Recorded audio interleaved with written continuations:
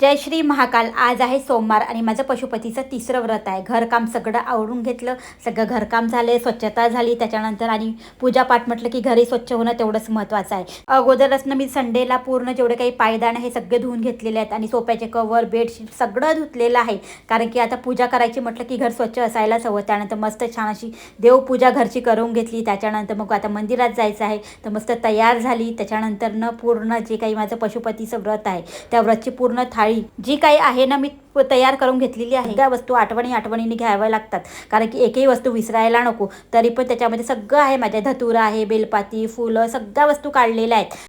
आणि पशुपतीचं व्रत खरंच खूप फलदायक व्रत आहे। जर तुमची इच्छा असेल, मनोकामना असेल, तर मनोकामना मनात ठेवून गृहीत ठेवून आपण जर पशुपती व्रत केलं तर ते नक्कीच पूर्ण होते। त्याच्यानंतर सकाळची पूजा झाली, रात्रीची पूजा सांगत आहे, 2 टायमाला आपल्याला पूजा करावं लागते। परत मी संध्याकाळची पूजा करून आली, दिवा देवाजवळ लावला। त्याच्यानंतर मग मार्केटमध्ये गेली, मार्केटमध्ये गेल्यानंतर छान असं घमिलं बी घेऊन आलेली आहे जर्मनचं, ज्याच्यामध्ये 2-3 किलोचा चिवडा होईल एवढा। चला मग मी इथेच व्हिडिओ साईन करते।